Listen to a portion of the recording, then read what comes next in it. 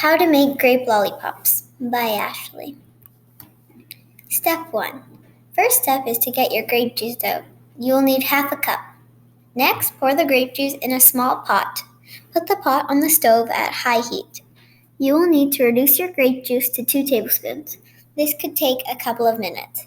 After your grape juice is reduced, set it aside. Step 2. Now we're going to be preparing our molds.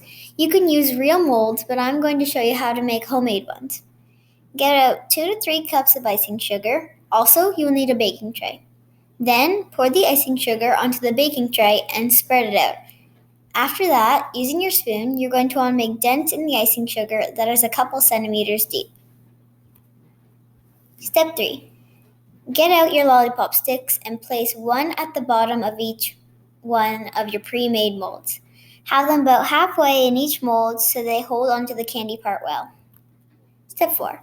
For this step, you will again need your small pot. In the pot, pour in your water, granulated sugar, and corn syrup.